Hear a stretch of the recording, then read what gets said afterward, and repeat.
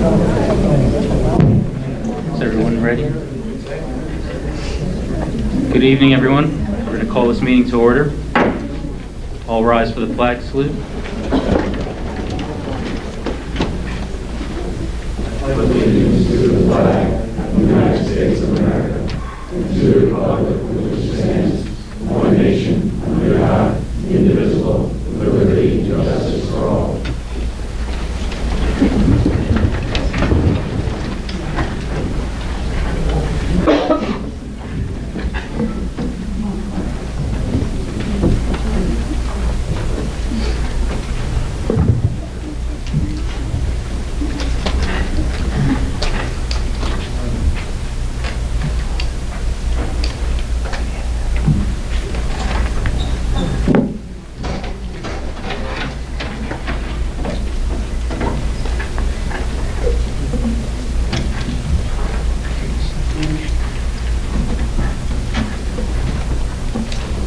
Item number 3 on the agenda is a moment of silence to remember the service and sacrifices of the armed service members who protect our nation and the first responders who protect our neighborhoods. I'm also told that today is Purple Heart Day.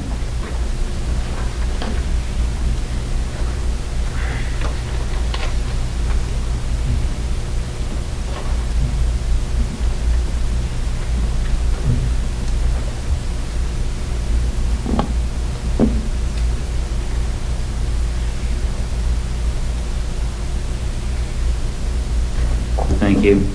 We will also be having a second moment of silence. I'm going to turn it over to Council Vice President Abrahamson.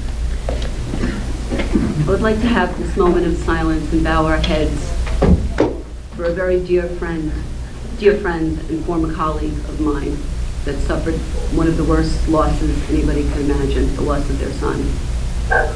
So please, let's give them some respect and give them a moment of silence also.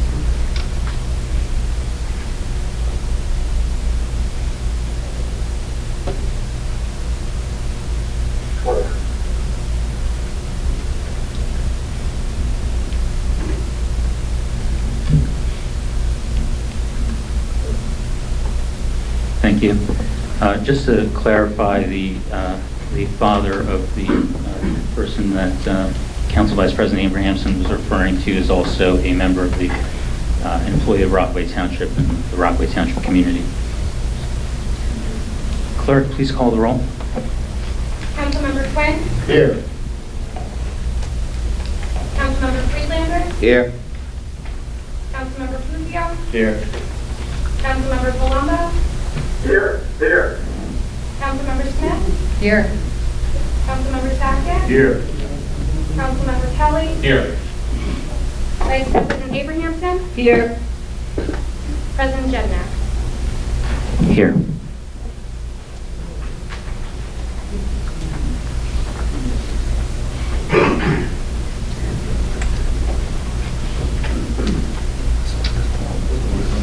This meeting was advertised in the Daily Record, the official newspaper for the Township of Rockaway, on January 8, 2018. Notice was posted on the official bulletin board of Rockaway Township.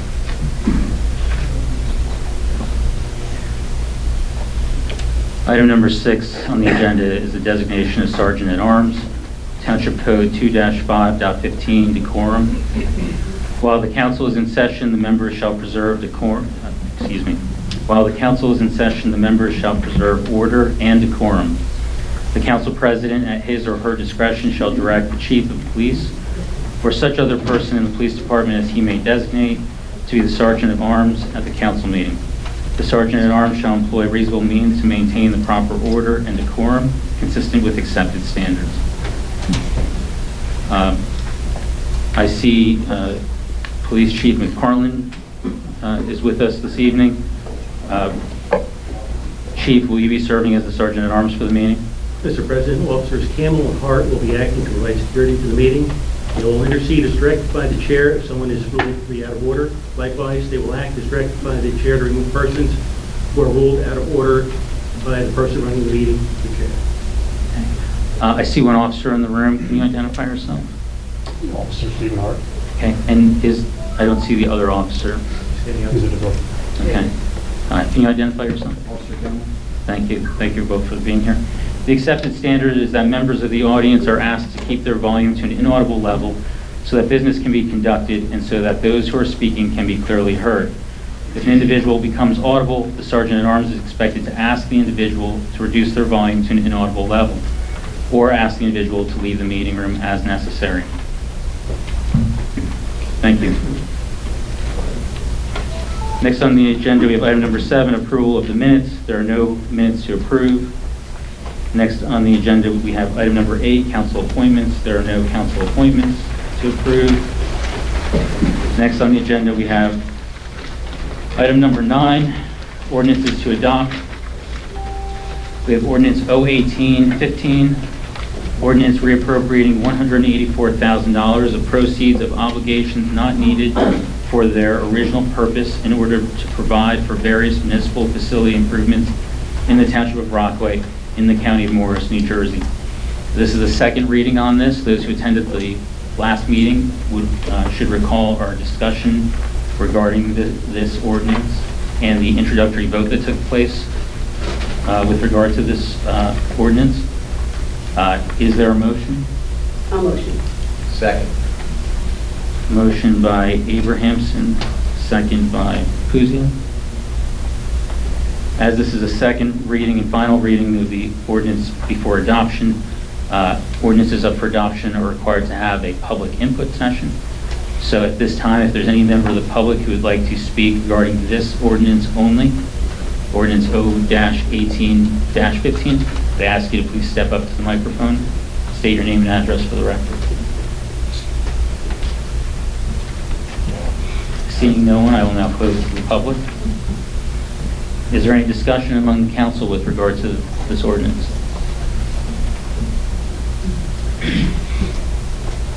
Hearing none, clerk, please call the roll. Councilmember Quinn, Yes. Councilmember Friedlander, Yes. Councilmember Puzio, Yes. Councilmember Palumbo, Yes. Councilmember Smith, Yes. Councilmember Sackett, Yes. Councilmember Kelly, Yes. Vice President Abrahamson, Yes. President Jednak. Yes. And I'm sorry, I should have, our CFO is here, I should have allowed you to tell us again, remind us again what the ordinance, the purpose of the ordinance is beyond the title that I just read. The purpose of the ordinance is to reappropriate previous capital projects that are fully complete. There are balances in those ordinances, and we'd like to simply reappropriate them to for other projects, such as the municipal parking lot improvements and the gazebo over at Parsley. If I recall from our discussion at the last meeting, this ordinance and the ordinance that follows together are funding those two projects. That's correct. So next on the agenda, we have ordinance 0-18-16, ordinance reappropriating $79,000 of proceeds of obligations not needed for their original purpose in order to provide for various municipal facility improvements in the Township of Rockaway in the County of Morris, New Jersey. Is there a motion? I'll make the motion, Council President. Motion by Friedlander, Second. seconded by Sackett. Again, as this ordinance is up for adoption and a final vote, there is a public input session just for this ordinance. If there's any member of the public who would like to make comments with regard to this ordinance, I ask you to please step up to the microphone and state your name and address for the record.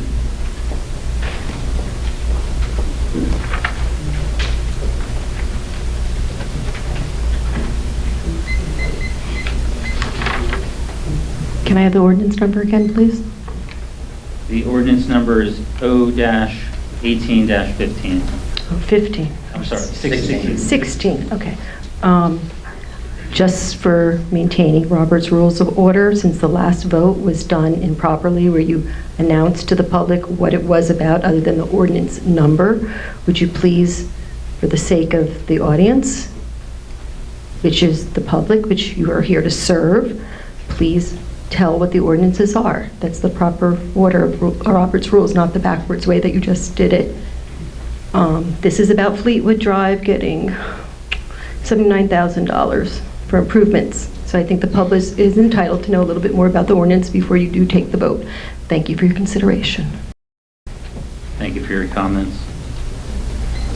Is there anyone else wishing to be heard with regard to ordinance O-18-16? The same ordinance. Hearing none, we'll close it to the public. The township attorney can correct me if I'm incorrect in saying this, but my understanding is that the obligation of the council is to read the title of the ordinance into the record before the vote, which I did. I intended to also ask the CFO for additional clarification and explanation as to what the ordinance was, although those who attended the previous meeting or listened to the audio of the previous meeting would have heard the lengthy conversations we had under discussion with regard to that ordinance. So CFO Palmieri, if you would again remind us what ordinance O-18-16, what the purpose of the funds is expected to be used for. It is similar to ordinance 1815, again, to be used to reappropriate projects that are complete. The completed projects are Fleetwood Drive. These funds are not to be used to improve Fleetwood Drive. Fleetwood Drive was completed a few years ago. There were leftover funds from that project.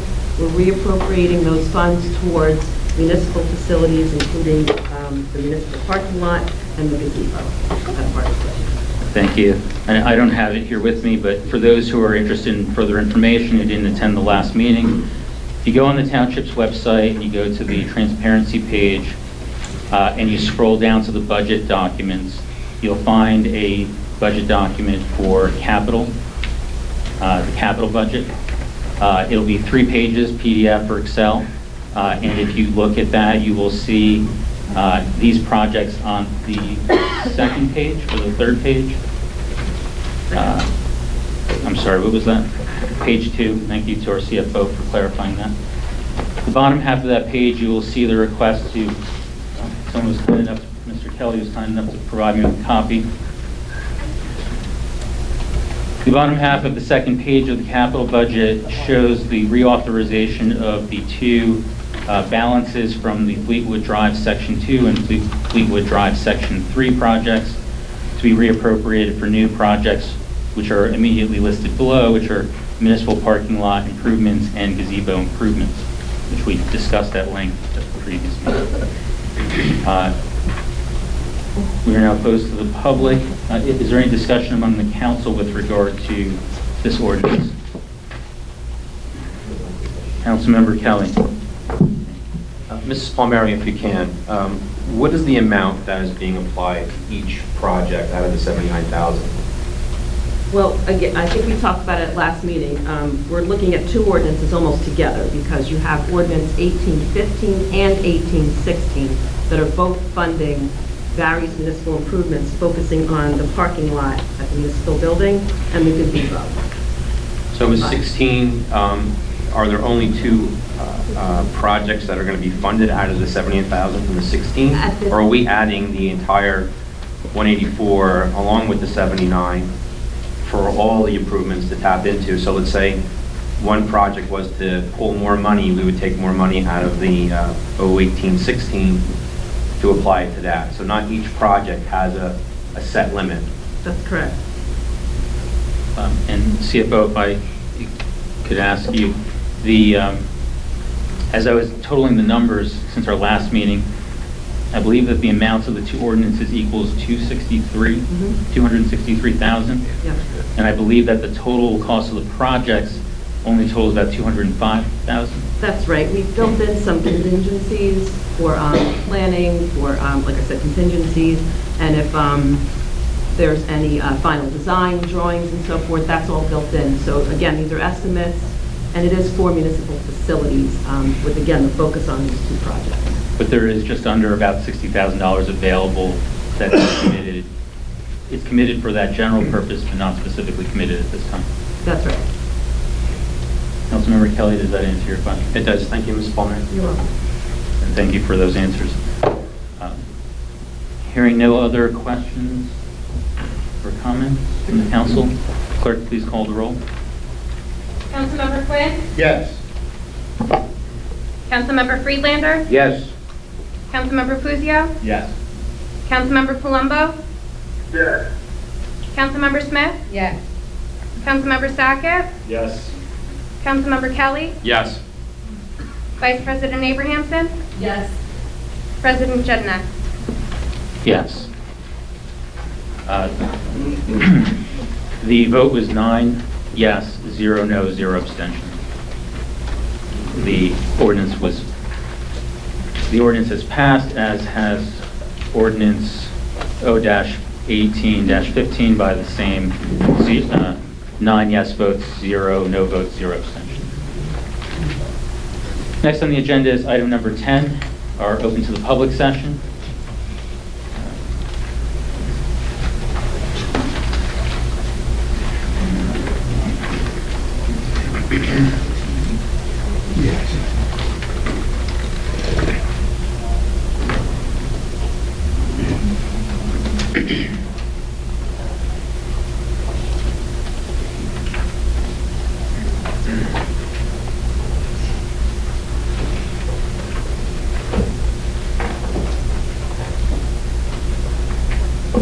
Ordinance 2-5.14 requires that any comments or questions made during the public portion of the council meeting must be addressed to the council as a whole and not to any individual council member. The failure to comply with this ordinance may result in the termination of any further opportunity to address the council at that session. All speakers must first be recognized by the council president before speaking. All comments are to be directed to the entire council as a whole and not to any individual members. Speakers have 5 minutes each to speak per Township Code 2-5.14. At the conclusion of 5 minutes, an alarm will sound indicating that the speaker's time has expired and that the individual speaking is expected to immediately relinquish the microphone so that the next individual may speak. Failure to adhere to these rules will result in the council president using the gavel to reinforce adherence to these rules and when an individual's speaking time has expired. If at any time a speaker ignores the gavel or refuses to relinquish the microphone, the Sergeant at Arms is directed to assist the individual in relinquishing the microphone and remove the individual from the meeting as necessary.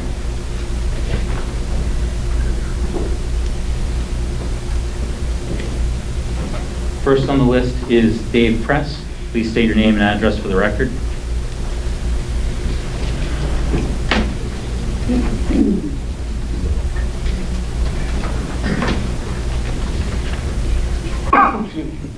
Dave Press, 71 Oakland Avenue.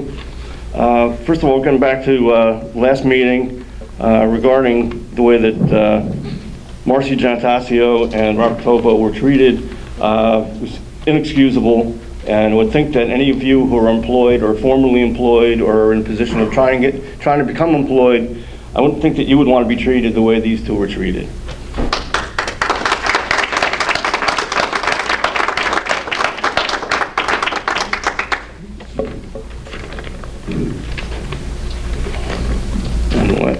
Well, the second thing I had, okay, I just want to make a general statement about that I cannot believe, and I hope that most of you would agree with me, that one of your members thought there was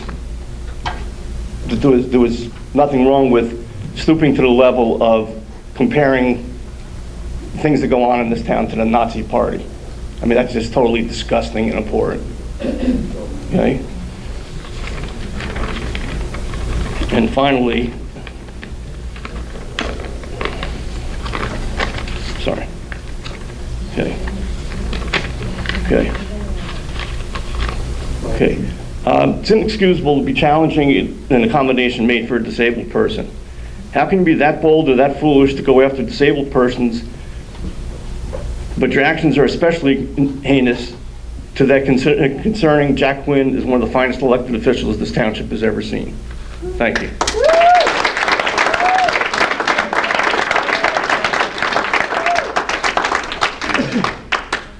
Thank you for your comments.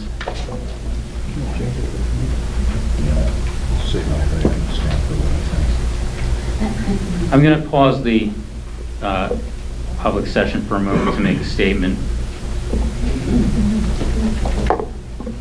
I'm not disabled, and I'm thankful every day for the abilities that I have. 2 of my grandparents had vision disabilities from multiple causes, and I saw the challenges that they had in managing their disabilities.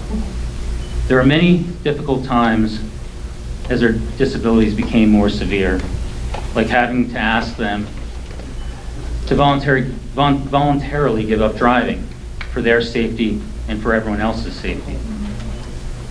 I also became aware through them that I'm at risk for the same issues that they had.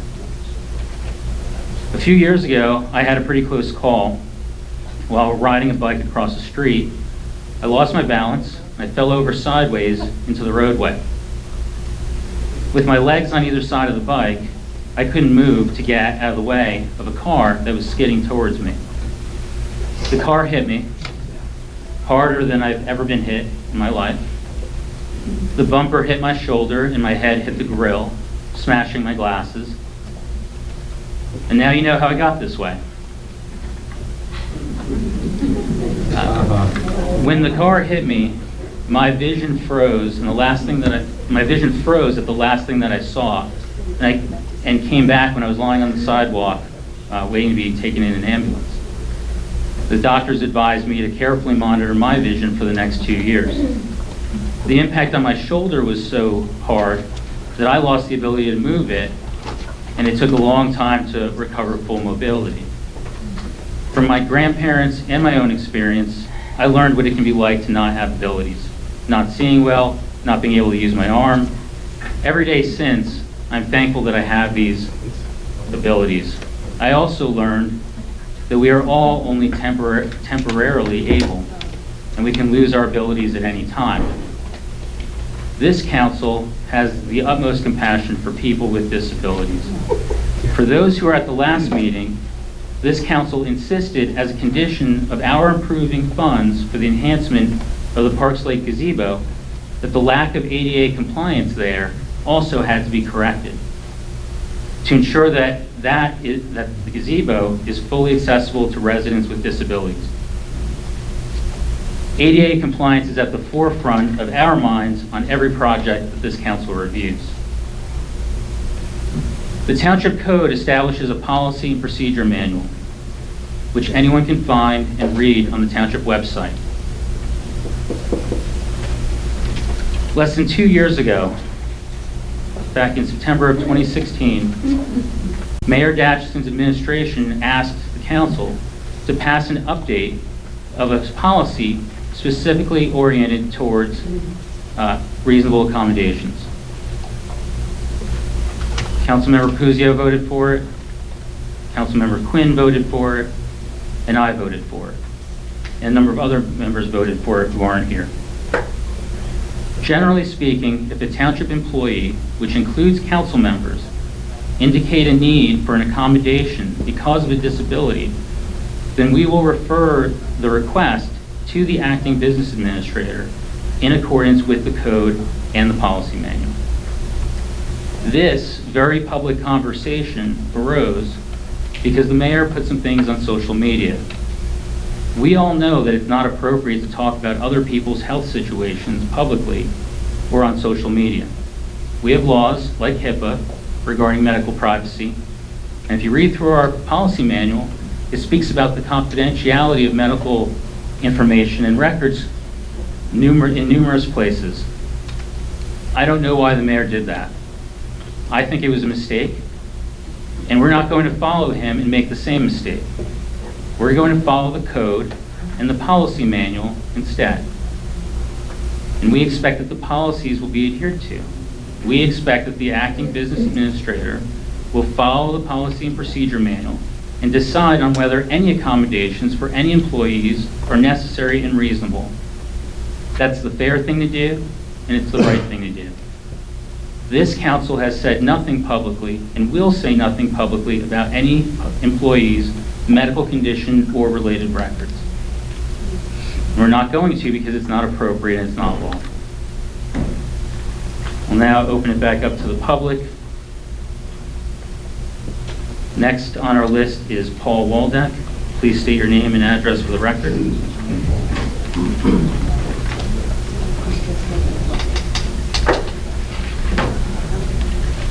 Paul Waldeck, 119 Highview Terrace, Dover, New Jersey. Interesting comment you just made, Mr. President. You are going to follow the policy to the fullest. Section 2-5.14 states, statements shall be addressed to the council as a body and not to any member.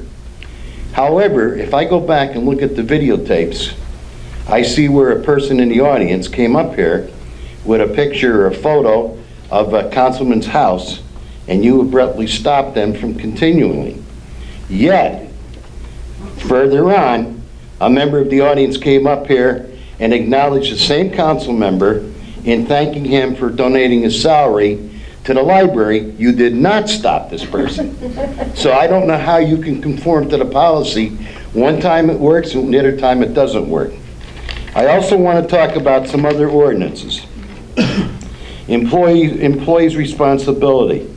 All employees covered by this manual will be required to be familiar with the rules and regulations set forth in the manual and shall be responsible for conforming their conduct. Conforming their conduct is what's very important here to the standards set forth therein. The other ordinance says the public judges its government by the way public officers and employees conduct themselves in opposed to whenever elected. The way you conduct yourself, that's the way the public judges you. And the last item is, the public have a right to expect that every public official, that's you, will conduct himself in a manner to preserve the public confidence in and respect for the good he represents. That's you. We're looking for good representation. Thank you.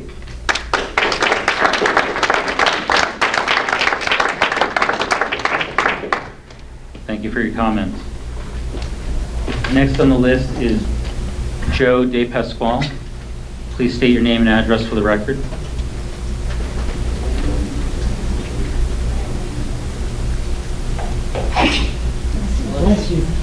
I live at 3 Slope Drive.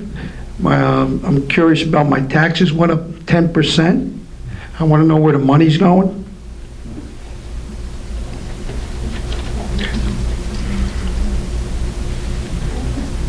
I spoke to the mayor. He didn't give me no clue at all.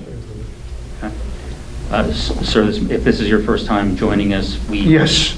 You have your time to ask your questions, make your comments. We take all the questions and comments, and then we answer those that we can at the end. Well, could you give me an answer why my tax went up 10%? And my house got valued twice in 2 years, 17 and 18. It went up from 260 to 320, and I get a bill for $900 and something dollars. That's insane. That's 10%. That's insane. I mean, I know it's a new council. I spoke to Palumbo. It's a new council, but that's crazy. I mean, it was a cap 2%. The governor had a cap 2%. So where's the money going? I like to know where the money's going. And if I don't know, I will hire attorneys and I will find out. Thank you. Thank you for your comments. And as I stated, we will take all questions and comments, and we will answer those that we can at the end. And that one is noted. Yeah, no answers. No answers. Just sits over there. I'm having some trouble reading this one. Next on the list is Derrick Wink. Forgive me if I mispronounced or misread your name. Please state your name and address for the record.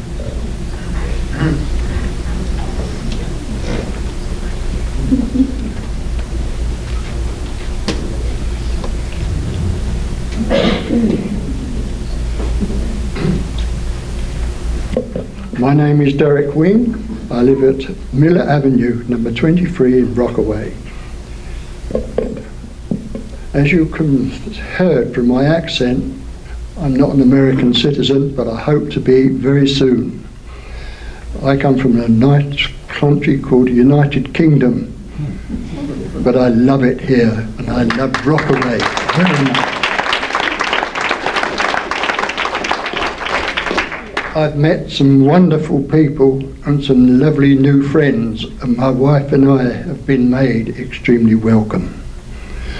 I've attended the last 4 meetings here, and I have listened to many of the people, the comments they've made, and I must say that some of the people sitting up there don't appear to be very popular as far as I could see.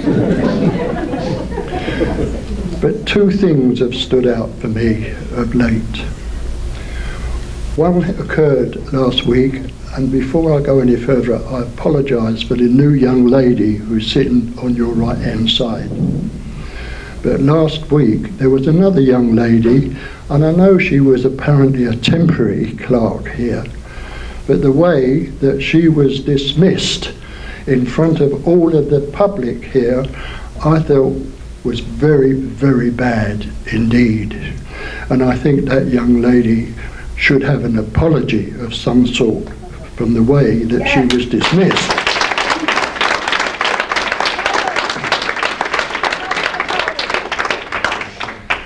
My second point, and I think this week you have changed the situation. But in the past weeks, all the audience here have had to move outside while there was a private meeting. Surely, like you've done this week, the private meetings could be held prior to or at the conclusion of the council meetings, therefore the public would be not inconvenienced. Thank you. Thank you for your comment.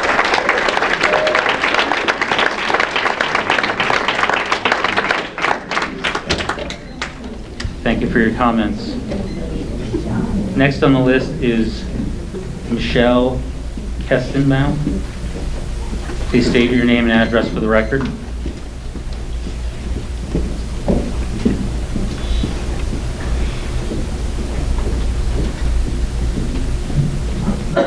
Good evening. My name is Michelle Kestenbaum. I live at 55 Kings Road. I'm pretty sure you have all passed my house. I'm the one on the corner of Mount Pleasant and Kings. Beautiful 3 lampposts. I live on a deadly blind corner. It's deadly. And I am so frightened that someone is going to die until something is changed. We have a major, major, major speeding problem. I am not only here representing Mount Pleasant, I am also representing Kings Road. I am kind of new to the neighborhood. I will be here 3 years in September. I came from Hoboken, left the city, came to the suburbs, really hoping to enjoy my yard. And it is scary. I have a 5-year-old, but even if I didn't, I still can't really enjoy weeding because nobody slows down. We have a major problem on Kings Road. It is a true cut-through. Everybody knows it because you probably all have driven on my road. It's a major problem. I even have problems with buses. Buses speed on my road. It is 25 miles an hour on Kings Road. It is 25 miles an hour if you make a left out of Kings onto Mount Pleasant. But no one really knows that until you get almost down that scary, crazy, windy hill. It is 30 miles an hour once you literally pass my house. There's a sign up the crazy other winding, scary hill. I don't know why there's 30. It should truly be 25 all the way. We have spoken to the police. They know me. They know actually several of my neighbors. I have several neighbors here. You guys can wave. It is truly a problem. It is frightening. So I have talked to Lieutenant Ryerson. He was extremely kind, extremely nice. They put up speeding radars all the time. They don't work. I wish they did. They don't, unless they are permanent. It is a true blind corner. A true blind corner. It's not a limited sight distance. It's a true blind corner. So when you're out on Kings going to make the deadly left turn, they gun it. And I mean they gun it. And I don't blame them because it's the only way to survive. So even when you're turning right, they gun it. So I'm getting gunning from this way. I have left turn people gunning it to survive. I even have buses that have to turn. It's very, very scary. Let me just make sure. I'm really looking for help. I need help. Please help me. Okay, so my proposal is to put one stop sign on Mount Pleasant on the corner of Kings and Mount Pleasant as you're coming up the hill towards Mount Hope. So coming up from Main Street on that blind corner, that there be a stop sign. I understand you're gonna have to put another sign that says, up, new sign, but it needs to be done. I am also looking for a stop sign on King and Lenox to stop the speeders from literally going 50 miles an hour on my 25 on Lenox and Kings, and I'm also looking for a stop sign on the way down Kings and Maryland. So Kings and Maryland need a stop sign, Kings and Lenox, and definitely Kings and Mount Hope. Or something has to be done. We've asked for, I've said, please sit in my driveway. I have a long driveway that goes out. They can hang out there. They can totally hang out. We need to ticket, I hate to say it, but we need to ticket the crap out of Kings. Fleetwood never has problems. They drive 25, and that's because I've heard they've been ticketed like crazy. We need to ticket. I'm totally fine getting a ticket of myself if I ever went above. I'm totally okay with it. But I just don't want something to happen and someone actually dies for finally there to be change. Because that's usually what happens. Something devastating has to happen, and then we all take notice. And I really don't want that to happen, and I literally have car parts. I've had car fragments in my front yard. Something has to be done. So I'm truly here for no other reason, for help. So please, please help my neighborhood. And I know Mount Pleasant seems like a really cool thing, but those are people's driveways. That's their driveway. We're a neighborhood. So please help me. I appreciate it. Thank you.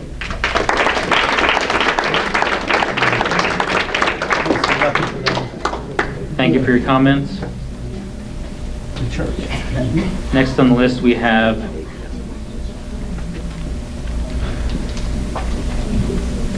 Edward Gardner? Gardner?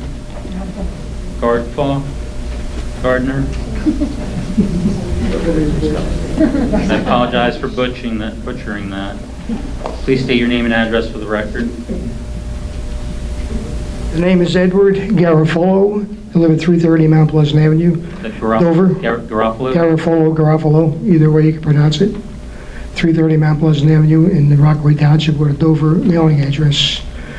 I'm Michelle's next door neighbor, and I back up everything that she says because I live right next door to her. I've been living there for 25 years, and I have never, ever seen a cop stop a person, give a person a ticket on the road. I asked the cop that question about a year ago when they were working in front of the house. They says they're not allowed to. They're not allowed to simply because they may have an accident, and they are responsible if there's an accident for pulling somebody over for speeding. People speed like crazy on the road. It turns 30 at my house. They do 40, they do 50. We have 18-wheelers on the road. We have buses, Lakeland buses, constantly. And people, it's just way, way out of hand with the speeding. Something needs to be done for somebody that's killed. I can't even park in front of my house because of that. I take my life in my hands when I'm outside working on the lawn, edging the lawn, cutting the lawn, because of the way there's people come over the top of the hill. I fear for my life that I might get hit someday by a car. It's very, very dangerous, and something needs to be done with the speeding. They, like Michelle mentioned, they pull people over on Fleetwood and give them tickets. Fleetwood's twice as wide, straight as an arrow. Mount Pleasant is narrow, and it's hilly. Nobody stops them, ever. Why? Something needs to be done because it's way out of hand. 25 years I've been going through it, and I can't stand it anymore. And that's it. Thank you for your comment. Okay.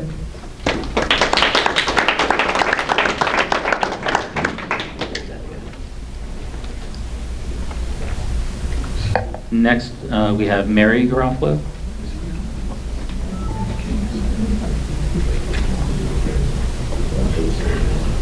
It's the shortcut.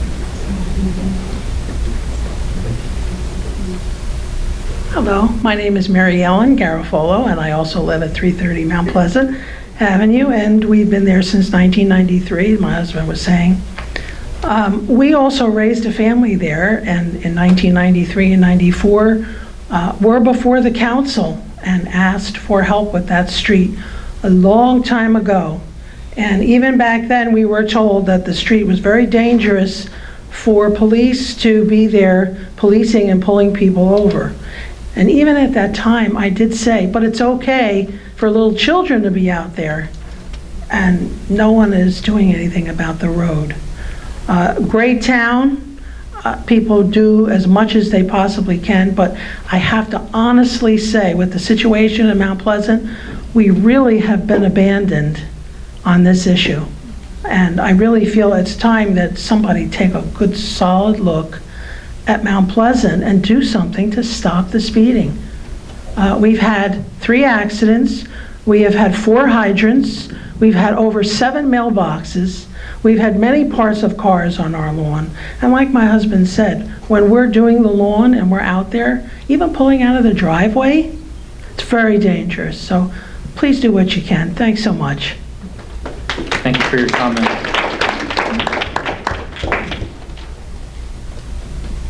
Next on the list is Michael Gilardi. Please state your name and address for the record. Michael Gilardi, 19 North Brookside Drive.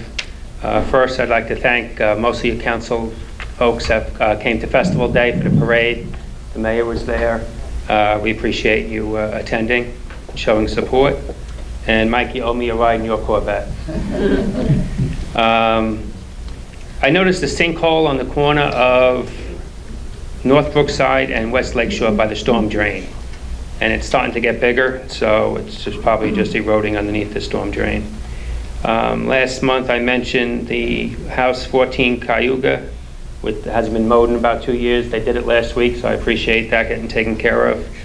And lastly, I know the gentleman was up talking about his taxes, so I'm assuming tax statements have gone out or are going out, and is there a different grace period? Because I didn't get a tax statement yet. 31st.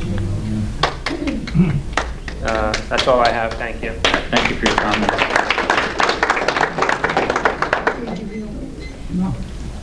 I will waive the tax statement. Next we have Harvey Bass. Please state your name and address on the record. Harvey Bass, 31 Robin Street. Unfortunately, my thing isn't controversial, and your answer will probably be when I'm in bed, but I've been inquiring about paving Robin Street for the last 5 or 6 years, and very nice people in road department do the best they can. Basically, I call once or twice a year. Since my wife's retired from the health department, I can't be misbehaved, I have to be nice. So they tell me that each year the money's put aside but doesn't get paved, and they say that money can't go away because it's appropriated for Robin Street.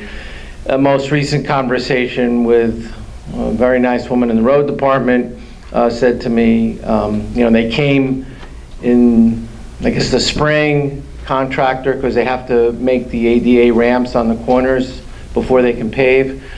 So they, painted the markings and put flags up. All that was done. 2 months came by, nothing happened. Flags are gone, markings are gone. A woman said that the hang-up has been the contractor building the ADA ramps. One contractor fizzled out. They got another contractor.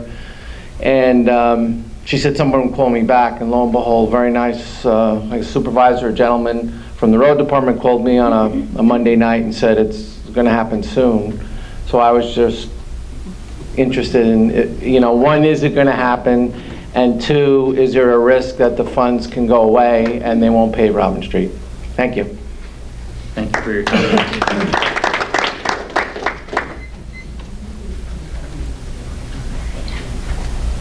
Next on the list, we have Lisa Sal Berg. Please state your name and address for the record.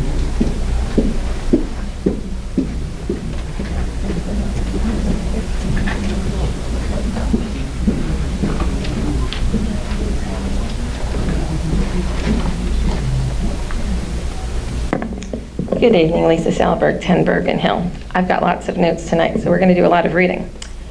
Some agenda item questions, and I'll wrap up my questions at the end as well, so if you miss them the first time, you catch them the second.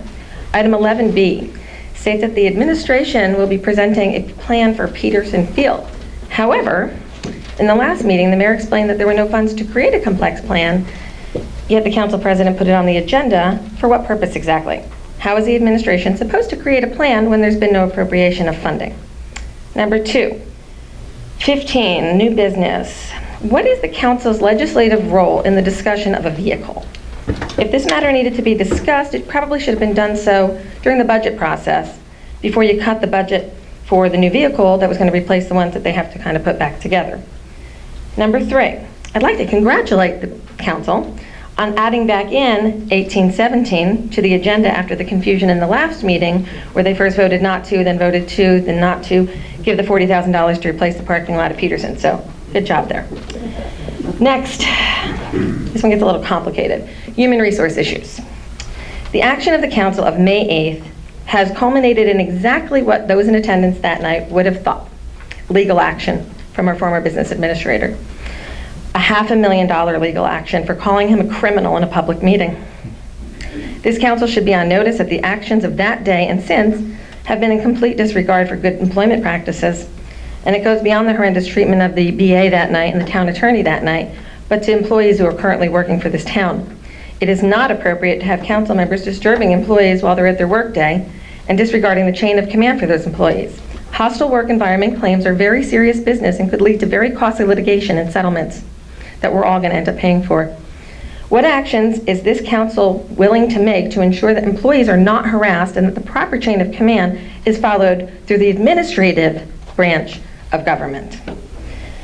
Council's legal representation. So some of you may have heard I got a letter from John Inglesino in the mail. It made mention of a post that I put on Facebook. I'd like to know who paid for that letter. And I'd also like to know who paid for the letter that went to another resident in town regarding something she said to the judge in the case that you guys are in the middle of right now. It was not ex parte communication. It didn't require a response. I also want to make town residents aware of the billing practices of the attorney that you have chosen to represent you. And as per NJ.com, 2011, Parsippany approved $420,000 for the payment of legal expenses. And by 2014, that bill doubled to $820,000. Last year it was over $750,000, plus a trust account for $1.6 million. In the 2 months that this attorney has been working, representing the town council, he has charged appropriately approximately $65,000. For what? To defend the council by calling two men criminal in an open public meeting and using our tax dollars for your political agendas. That's what it is.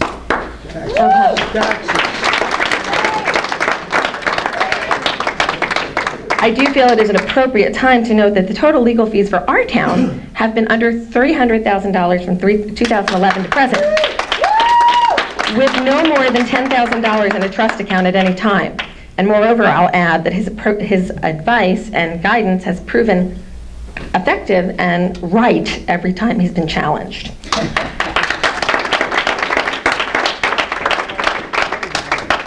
I wasn't planning on saying this, but I have to after your statement, Council President. In 1990, I suffered a stroke. I have real brain damage.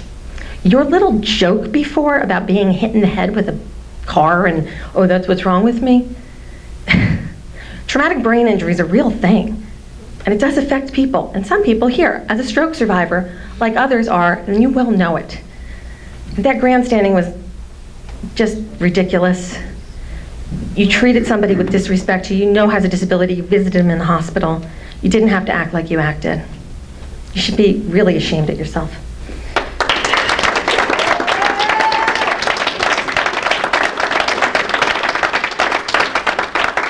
So my questions to sum up are this. Who paid for the letter to be sent to myself, a private citizen, regarding a Facebook post? What action is this council willing to take to ensure that employees are not harassed and that the proper chain of command is understood and maintained? Why are you involved in a vehicle conversation as new business? And how is the administration supposed to comment on Peterson Field when they weren't given money to do so? Thank you. Thank you.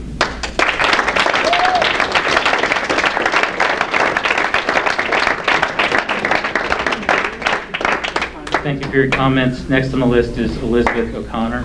Please state your name and address for the record.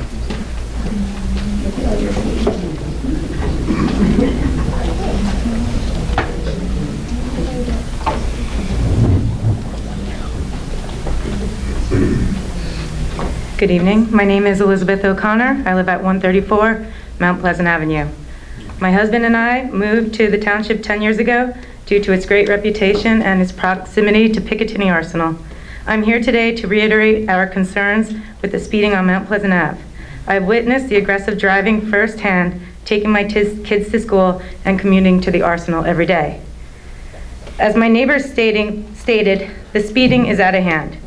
One reason is because the street is used as a cut-through, and people are now using the application Waze to avoid the traffic on Route 80 and speed through Mount Pleasant Avenue just to avoid a couple exits. The blind spots on the hill make Mount Pleasant extremely dangerous, even for pedestrians walking on the sidewalks. I am not here today to request a revision of laws. The laws that we have in Rockaway Township are pretty good. I just request that we have at least, in the very least, a police officer presence on the street to enforce the laws that we already have in place. As Michelle and Ed stated earlier, stop signs would even be a better step, but at least in the time being, a police officer. I have small children who I won't even let near the street. My mailbox is knocked down at least 2 times a month. I fear my life when I walk up the hill to King Street for a jog. On numerous occasions, I've been almost rear-ended trying to turn into my driveway because I live right at the bottom of that aggressive, crazy hill. I never see police officers enforcing the speed on Mount Pleasant Ave. My neighbor who lives in front of me was actually struck by a car that lost control on the hill and he broke his leg just doing work in his driveway. It has been quite some time since I've even seen that radar set up on Mount Pleasant Ave on the top of the hill. It broke, somebody probably hit it, and it's gone.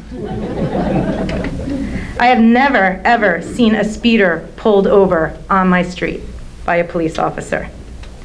Please hear my request and help make my road safe, because something needs to be done before somebody gets hurt.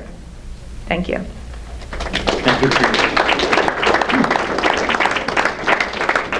Thank you for your comments. Next on the list, we have Joy Weinreich. My comments were already taken by my co-board here, my daughter. Thank you. Next on the list is Pat Degnan. Please state your name and address for the record.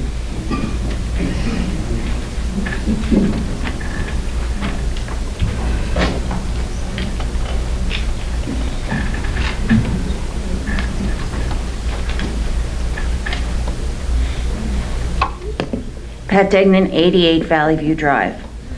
I've been attending council meetings since January on a regular basis and have reviewed a number of the videos also. So I was a little bit frustrated due to the constant change at the last minute of both the agendas and the order of business. So I decided to do some research regarding our form of government, as stated in the Faulkner Act. We are a mayor-council form of government, so I reviewed the Chapter 2 Administrative Code, Article 1. Under the office of mayor, powers and duties of the mayor states, the executive power of the municipality shall be exercised by the mayor. The council shall exercise the legislative power. The rules of procedure. Robert's Rules of Orders may be consulted for general guidance and to aid in the disposition or resolution of any issue. However, Robert's Rules of Order shall not have binding effect in any matter or issue before the town council. In this administrative code is also a list of the order of business and agenda.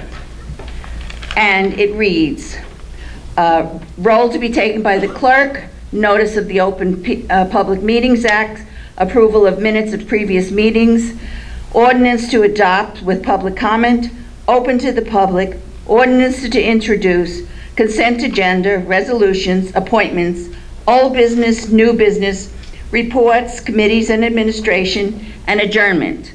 We have had on numerous occasions 2 different open to the publics, and very rarely have we been able to receive reports from either councilmen or the administration. And I find this very disturbing. We have a Faulkner Act which tells us how our government is supposed to be run. We are not following the Faulkner Act. I have a pamphlet this big because I printed out the entire Faulkner Act. It's about time that this council followed the laws that are on the books.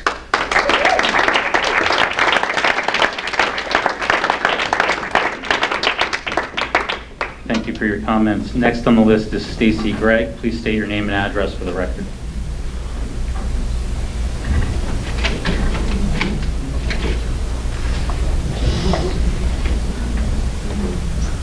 Stacey Greg, 40 Sunrise Road, Rockaway Township.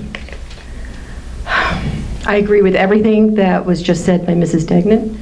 Thank you very much. Couldn't have said it better, explaining my frustration regarding the lack of this council to follow our rules of government here, the Faulkner Act, and as far as respecting the people from the public when they speak. You're holding this town hostage. We have a sign-in sheet.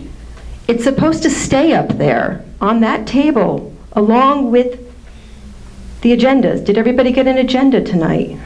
That wanted one? Okay, well, it's a huge difference and we had to fight for it last week. It was very embarrassing what was done last week on many levels. On a personal level and on a professional level, it was a major fail two times, not last week, last council meeting.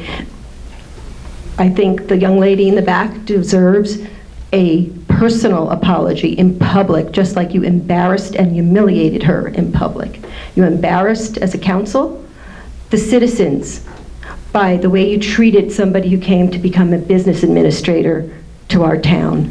He sat here through 2 ridiculous town councils and still wanted the job. We still need on this agenda what you are doing regarding the position of business administrator. I need to get an addressment of why this new person, welcome to Rockaway Township. I hope you don't grow to regret it if you don't already, young lady. And I'm going to say young lady because we had somebody who did your position, and she's probably teaching you how to do your job right now, if it goes the way that it does. I'm not addressing you, but that man sat here and was humiliated, and he left also shooken and his face red, and it was an embarrassment, and he needs to get a call and an apology from those that did that to him. The intimidation has got to stop with the police officers, every meeting coming into here. The feeling that you give the public that they're not wanted. We have new citizens that haven't been here as long as others, and they don't know what a great town this town can be. But the feeling that has taken over our township of intimidation has got to end. Not 1, not 2, but 3 police officers introducing them. I hope the other part about not answering anybody's questions to the very end, the council president took the liberty to have a self-serving stop to the public comments because he didn't want to lose momentum, and he addressed his issue about disabilities and, just to get his point across. But heaven forbid anybody else got any of their answers. So the man who came up here, he's like, no answers, no answers. That's how we all feel. You don't let it go till 15 people spoke and then go back. That's not how you run it.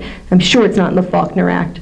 And the public position comment section is, like she said, after each and every ordinance, as well as at the beginning and the end on the paper.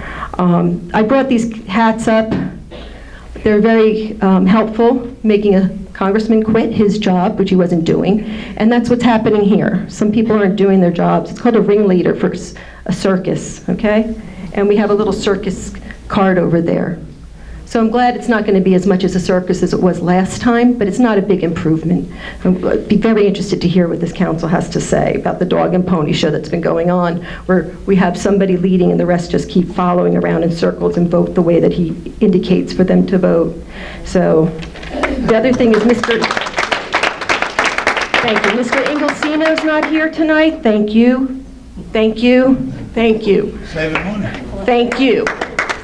I was intimidated by him in the hallway. I was dismayed to hear what he did to a person of this town, and the council should be sticking up for the citizens. He's not a friend to our town. He wasn't a friend to Parsippany.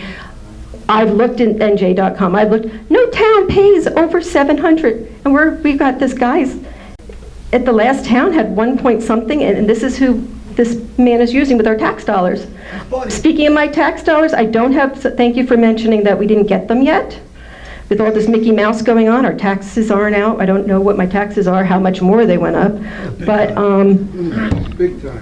I don't have sewers, I don't have a sidewalk, and I want a concession for it. I want my taxes lowered, and I want to be able to bring up other things in our town.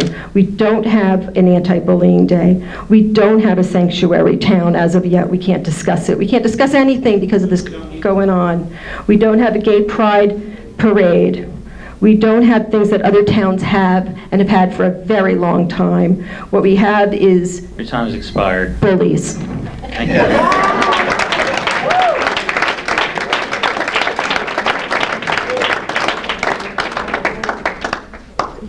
Thank you for your comments. Next is Patrick Egan.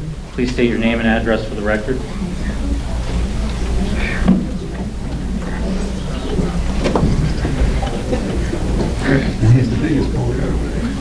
Hi, my name's Patrick Egan, 59 Lennox Road in Rockaway. A couple notes here, but first I do want to reiterate, I've been a township resident for 19 years, and the issue at Mount Pleasant and King is a real issue. I live right next to Michelle's house there on the corner, and I've seen over 19 years cars in her yard. I didn't tell you that before you bought the house because John told me not to say anything. And I sort of feel bad now because they've become really good friends.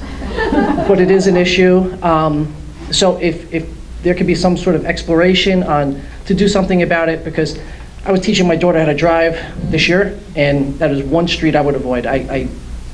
Kids should not be pulling out of there. Adults should not be pulling out of there. So please, all this other stuff aside, let's look at that, and it's a real safety issue. And like Michelle said, before someone gets hurt, we don't want that.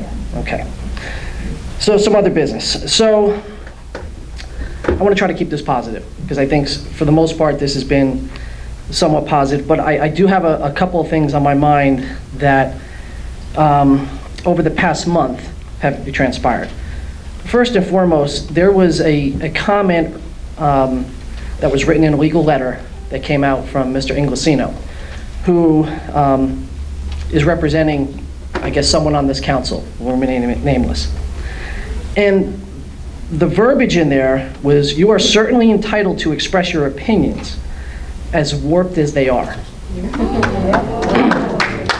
This country was built on warped opinions, okay?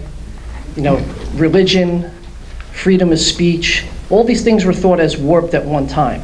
But look, we've become the greatest nation in the world. And I think we have someone from England that came over here who would agree to that. So if this is someone that is representing someone on this council, let's have a talk with them, because it might become evident that that lawyer may be trying to get his way into this town to represent this town. No. And that is not someone I want representing this town. No. Someone, and if you look in the public domain, this person has been reprimanded, this lawyer, okay, for questioning someone's freedom of speech in the past in the other town that they worked for. We do not want that here. We want the freedom to speak our minds in the appropriate manner. Not getting thrown out of council meetings, I understand that. But let's consider that. Maybe let's have a talk with that attorney. Another question that I have is that, and I don't know if I know all the details on this, so I'm going to give you guys an opportunity to explain this, but there was a Superior Court ruling by a Superior Court judge stating that there should no longer be litigation against the mayor and certain council members about the benefits. Now, again, I don't have all the details, but this is being appealed by a member of this council, costing our town money. Superior Court judge, Superior Court ruling. And again, we are spending more money, township money, my money. That gentleman's tax money, he's asking where it's going? That's where it's going. So my question is some clarity on that? 10%. Maybe our lawyer can address this later, if it's possible. But why? Why are we allowing this to happen? It's truly evident the disdain for the mayor by certain members of this council outweighs the love and the interest of this town. Yeah. So I would like to know why, I'd like to know the details, and I'd like to know the cost to this town of why that's moving forward. Last, I want to end this with a little riddle. How do you become an old-time politician? You serve your people when you get reelected. Thank you.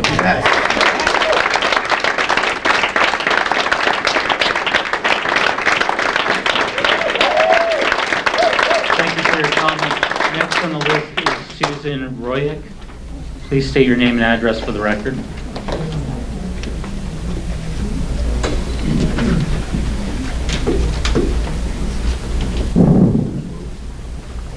I'm Susan Royak, 252 Perry Street, mailing address is Dover. Basically what all these people just said is basically what I wanted to say. So I really want to know why our taxes are so high. I've been coming like the past 4 months to this meeting, and it's all been like chaotic and rude and yelling and not listening. And private meetings, we had to stand out in the hall and you guys left. I just want to know why our taxes are so stinking high. And this thing, I think that there's a personal thing between the mayor and certain people. Just let it go. Just forget about the past. He has his medical. We need money. We want our taxes lower. We don't need more lawyers and judges involved with this. Let it go. I lived here most of my life, and I just don't understand the way everybody treats each other. It's ridiculous. Just talk nicely to people. Stop cutting people off. It just seems very personal between the mayor and a lot of you people, and I really don't understand why. Let it go. And just help the people. We want our taxes lower. And also, in regards to Mount Pleasant Avenue, I'm on that all the time, and I'm certainly not a slow driver, but I'm always tailed. And I'm going 30, maybe 35, sorry. But because I feel I have to go that fast. Everybody's tailing me, and again, I don't drive slowly at all. So I don't like to be tailed, and they're really going 50, 45. So, whatever. But just tell us why our taxes are so high. And stop the lawsuits and crap.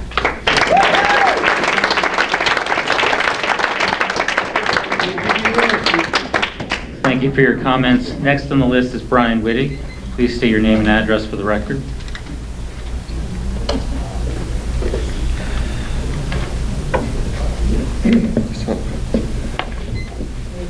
One of the Brian Wittig, 18 North Lake Shore Drive.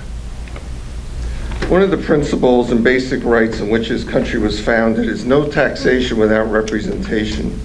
Mayor Datchison has issued an edict, which I'll read in a second, denying residents the ability to have their issues addressed by their council representatives. I quote from the email sent to the department leaders. Quote, "Department leaders, after several attempts to alleviate some reported concerns from our staff, members of the council have continued to disregard prior memos concerning interaction with township employees and department heads.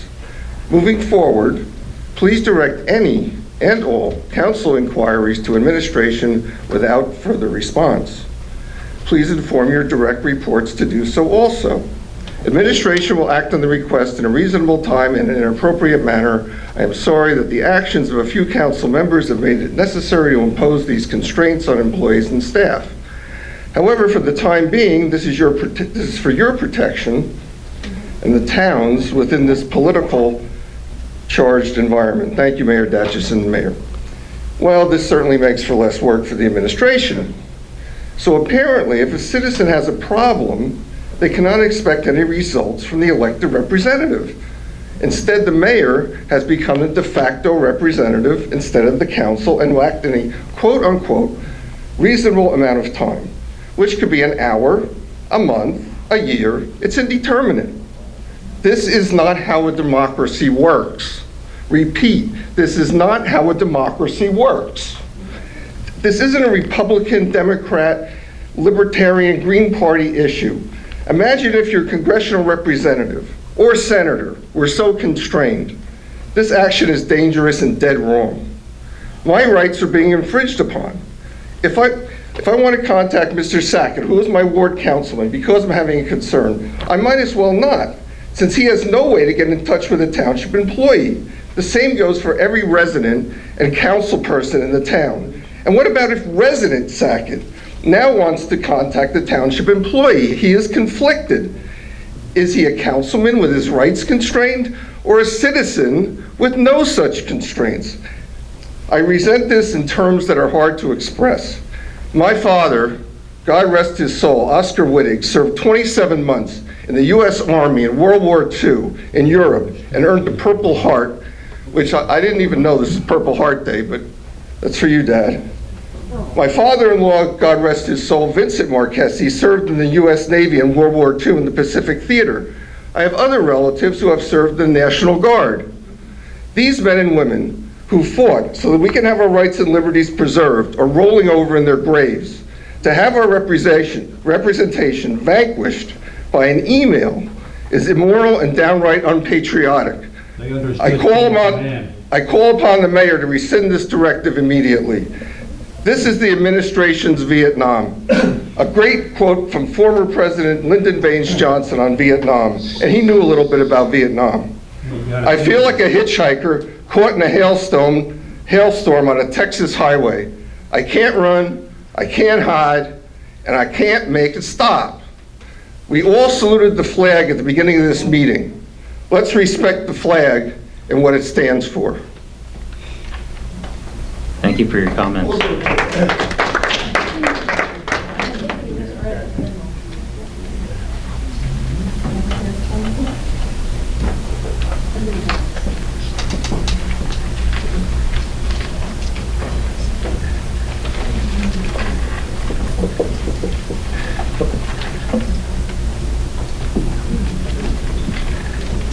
We're now close to the public. The first set of issues I'd like to address have to do with the speeding. Welcome to all, I'm sorry, Ms. Greg, the public portion is closed. The public portion is closed. Please, if you would please take a seat if you'd like to join us. The public portion is closed. Thank you.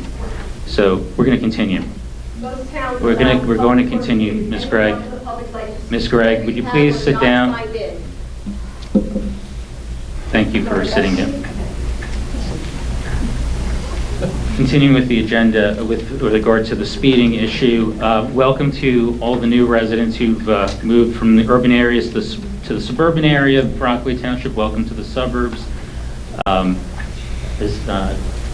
We have a number of residents who expressed concerns about the speeding and compared the police presence on Fleetwood. I can tell you that when I learned how to drive, the second thing I learned about driving is to drive. Is to drive slowly on Fleetwood. Excuse me. When you spoke, I didn't interrupt you. If you would please be respectful. So, with regard to speeding issues, I think it would be helpful to. I know that we've had conversations before with regard to speeding on other streets. Engineering has generally been here for some of those conversations. I see we don't have Mr. Lutz, our engineer, here today. The police department has also been part of those conversations.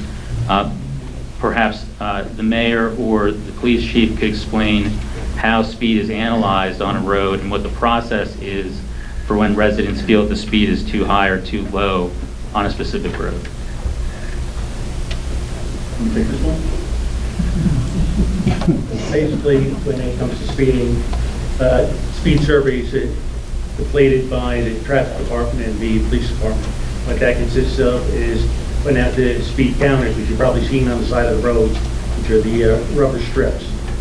Once it's calculated for a certain amount of time, they are analyzed, and what they look for is the 85 percentile, which is basically what the speed of 85% of the speed of the vehicles passing that specific point during that specific time. And that's usually what the speed for a given roadway is based upon, according to engineering. Remember, I'm not an engineer. If there's ever a problem with just a basic, traffic enforcement, by all means, give the police department a call. As the young lady stated, she's been in contact with Lieutenant Ryerson. The problem with Mount Pleasant is coming up from the borough side, chopping the hill. There's really no safe place for a police officer to sit, whether it's in a radio car, and we also have the Harley Davidsons that we use. But unfortunately, on that side of the hill, there's really no place for anyone to sit. And we try not to sit in somebody's driveway, because sometimes the people that are receiving the speeding tickets tend to retaliate against, the person, because they're figuring, well, that's the person that called complaining, I got a $75 speeding ticket, I'm going to take it out on them. As for the other side, we do assign radar cars. Usually they sit down, if you're familiar with the area, they sit down in the Jehovah's Witnesses parking lot and down on the side streets. Unfortunately, once again, there's very limited areas where the officers can sit and stop the car safely. In the cases like this, once again, we utilize our Harley Davidson motorcycle, and the other thing that we found to be effective is using our speed trailers and putting them out. And a lot of times it's just people are, really not paying attention to what their speed is. A lot of times all they need to slow down is that little jolt of seeing what their actual speed is on speed trailers. We have 4 of them that are basically constantly in use throughout the township, as well as the 2 pole cameras that we have that if you see on certain roadways, we put them up for a long term. Basically the same thing as the speed trailers. They'll tell you basically, speed limit is 25 miles an hour, 35 miles an hour, whatever it is, and they'll display what your actual speed is. And a lot of times, that's enough. Because everything with the traffic safety comes down to engineering, which we know there's a problem in Mount Pleasant with the limited sight distances. Education, letting people know what the speed limit is, and then of course, finally, enforcement. That's getting the guys in the blue out there on the street, stopping the cars, and once again, whether it's a warning or a summons is issued, basically, those are as they say, the 3 E's in traffic enforcement: engineering, education, and enforcement. In this case, we have to sit down with the township engineer, see if there's anything we can do, engineering-wise, whether it comes down to actually shaving the hill down, which is happening with some roads, or whether, it's a matter, like you requested, getting the stop signs up to different areas. Once again, those will be based upon the engineering studies that'll have to be completed. So it will take some time, but as we're getting, enforcement, no problem with assigning the officers there. Like I said, as long as the weather's good, we can use the Harley Davidson. And once we have the speed trailers, because like I said, they're constantly out, we have no problem putting those up to, at least to educate the public in what the speed limit actually is. Thank you for your comments. The mayor first, and then Councilmember Kelly following. You have the floor. Thank you. A couple of residents mentioned about putting stop signs up there. So there's a lot of regulations that you have to do with the DOT, but we put 3-way stops over by Birchwood, and we were able to bypass the Department of Transportation just because it was in the vicinity of a library, a playground, or a school. So possibly we can look into putting a 3-way stop up there if it's not making the situation more dangerous for the people coming over the hill by the church being there. Since that church has a playground, right? So if it has a playground, there's children playing there, there's a possibility that we may be able to put a 3-way stop there. I don't know how good it's going to be in the wintertime with people coming up the hill, stopping and trying to make it over, but that's not a thing. Another alternative I know you're all thinking about is speed bumps. And speed bumps, the regulations for that, going down the hill, sidewalk, speed, to turn, road frontage, is very, very difficult to get in that type of area. But we'll look into that also. And the last thing that might help is a blinking light for the people coming over the hill, just to warn the people coming out. We can check into that. But that's not going to make it. I can see it in my living room. See the neon sign in the church. Well, this pointing the other way. I'm Well, just there. well, the blinking light would only have to be for the people coming up the hill. So there are other alternatives we can look into. We'll check it out. Thank you so much. Okay. Thank you. Councilmember Kelly? I was going to actually reiterate the same thing that Mr. Mayor had indicated. Both the mayor and myself are kind of in that local vicinity where we grew up. We've had numerous friends that live right in that area, the Trimbles, the Trummels, Ranzio, we had the Merritts, so we had everybody that we hung out as well, the church parking lot. And it's just not that one area that's bad. It's the whole entire roadway going down, coming out of Arch Street onto Mount Pleasant Avenue, going into Mr. Dentner's and Hoffman Homes there, over on 193 Mount Pleasant Avenue, for the mobile home area, and then going all the way down. There's been accidents throughout my life in that area, up and down. As the mayor indicated, we have the three-way intersection from Arch Street, coming down from Taylor and going up to Daniel. And potentially doing something similar to that could be an idea, but we also had some issues where we changed over Perry Street and East McFarland Street, where when you put up the stop sign when there's commonly not a stop sign, sometimes that creates more of an issue, and it doesn't really address the concern, it creates more of a concern. And as the mayor indicated, speed bumps would probably be something that wouldn't be warranted there. There's more issues with speed bumps than there are something that help address speeding. So I do recognize that as well. But in the past, from what I've witnessed, we have had radar that had taken place on Mount Pleasant Avenue. And that method was an actual officer standing with a remote radar gun, if I'm correct, Chief. And that was effective. I haven't seen it happen in a while, but it doesn't mean that it hasn't happened. But that was another effective measure where there were people that were ticketed in speeding. So maybe there's another avenue that we can address and look at and see what we can do there. Addressing the Robin Street into Maryland, which goes into Legion Hill. That development came out in the mid-90s, 94-ish, 95-ish. And I'm not sure if there's anything there with the developer's agreement or if there was a traffic study at that time to see if there was something that warranted to have a stop sign being placed there. So maybe that's something we can reevaluate to see if in fact, if there was something in there in traffic study for that development to be in place, as well as Lennox, that cut through that ties into Lennox, that brings you all the way over Fleetwood. That's a common cut through as well. But you got more developments that come in, you got more traffic that takes place, the mall is expanded, and Walmart and Home Depot and all those things. Main Street to Mount Hope Avenue to all those other areas, you're going to increase the traffic. Where my mother still lives, where I grew up, in Congress Street, it's a cut through, it's a problem. Perry Street, where the mayor is, and Taylor and whatnot, it's a cut through. It's really hard to try to resolve that, but I believe I have faith in our police department that maybe they can reduce it. And unfortunately, it's not necessarily the signs, the rumble strips, the speed bumps, it's the enforcement process, and it really is our neighbors that sometimes may create that issue. So if we can just go into those measures, maybe we can help her out. Thank you. Out of the way. With regard to, sorry, add it here. Robin Street paving, I think it would be helpful perhaps for our CFO to talk a little bit about how the funding is generally handled for capital projects such as that.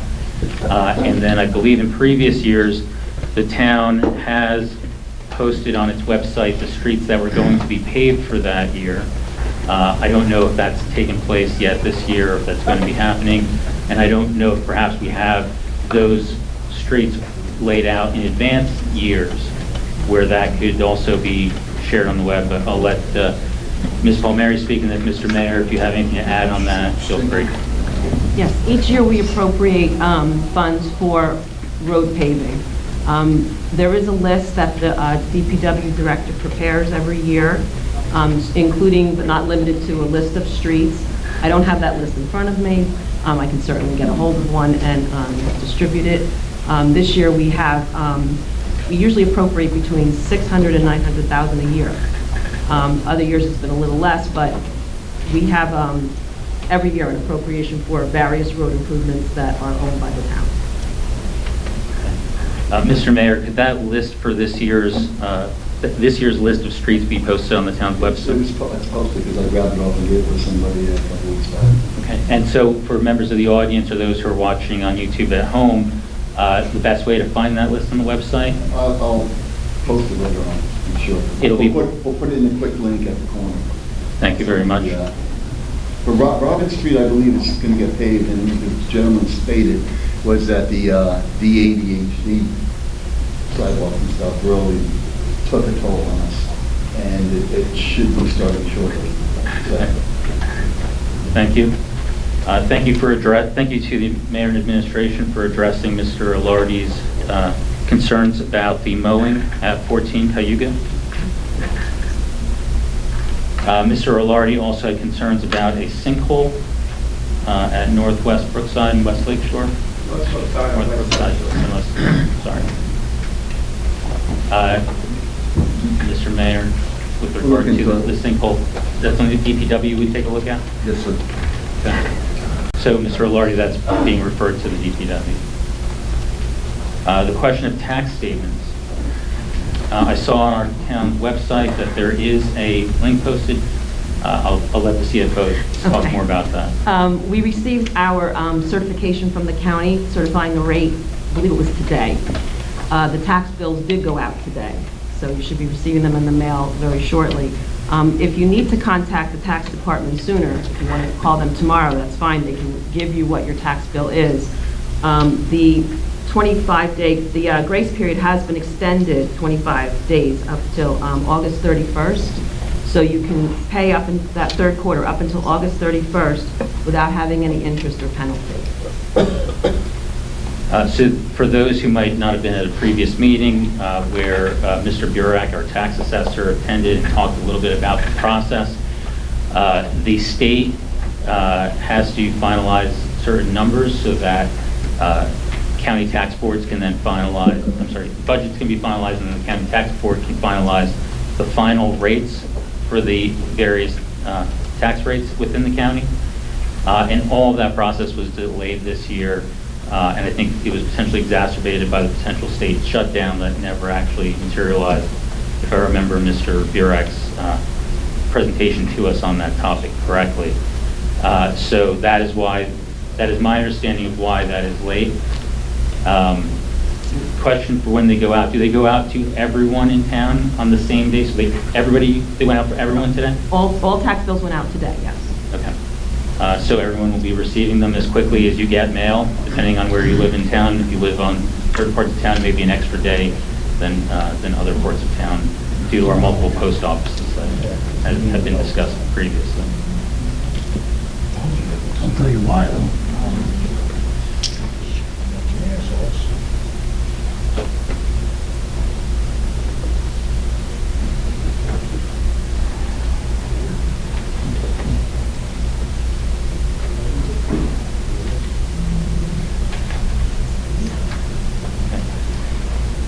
Mr. Wing, I wish you good luck in becoming a citizen in the future. With regard to your comments and questions about the closed session, in order for this governing body to go into closed session, this governing body must take a vote first to do so. In order to take a vote, we must be in a meeting. So if we were to do the closed session at the beginning of the meeting, we would have to have an open meeting like we did today, up until about,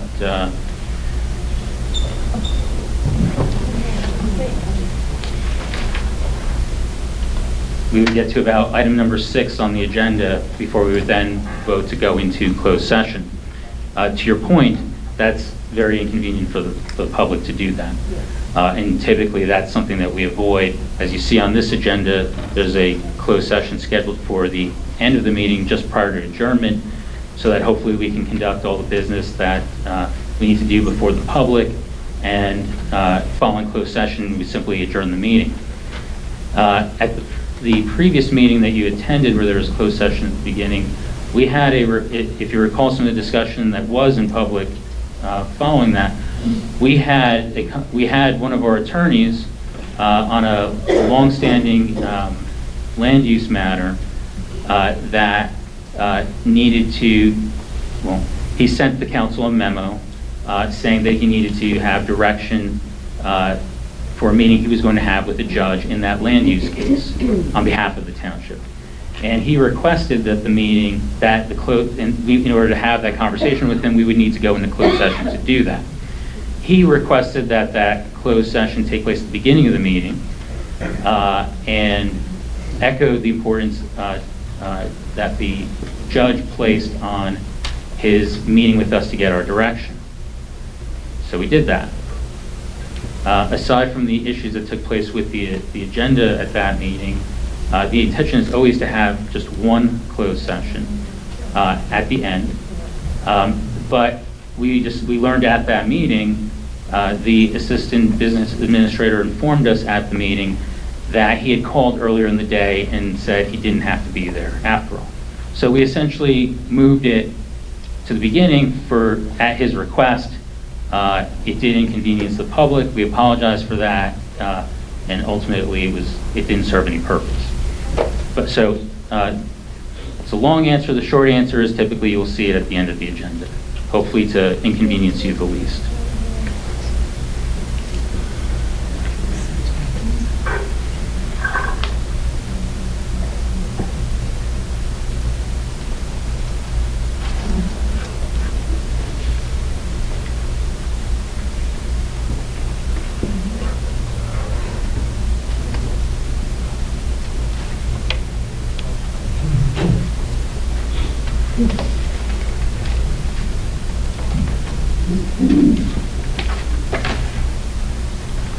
Mrs. Degnan had some questions about the order of business and read from our administrative code, which I actually have a copy of in a binder here before us.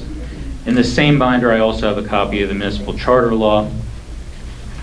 If you haven't read either, they're both available online in PDF form, and I would encourage you as a citizen to read them.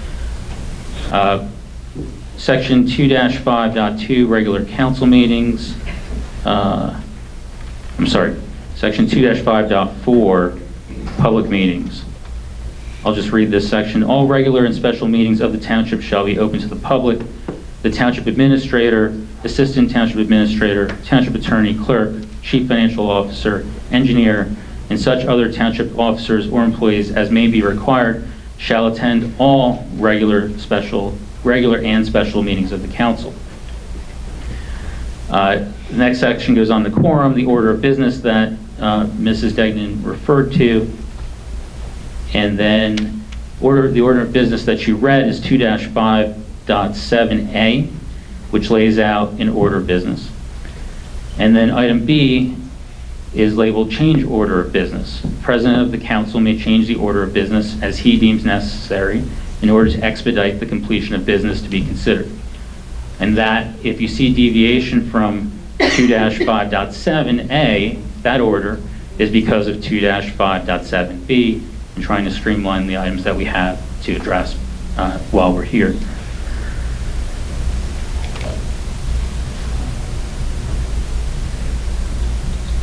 Mr. Pasquale.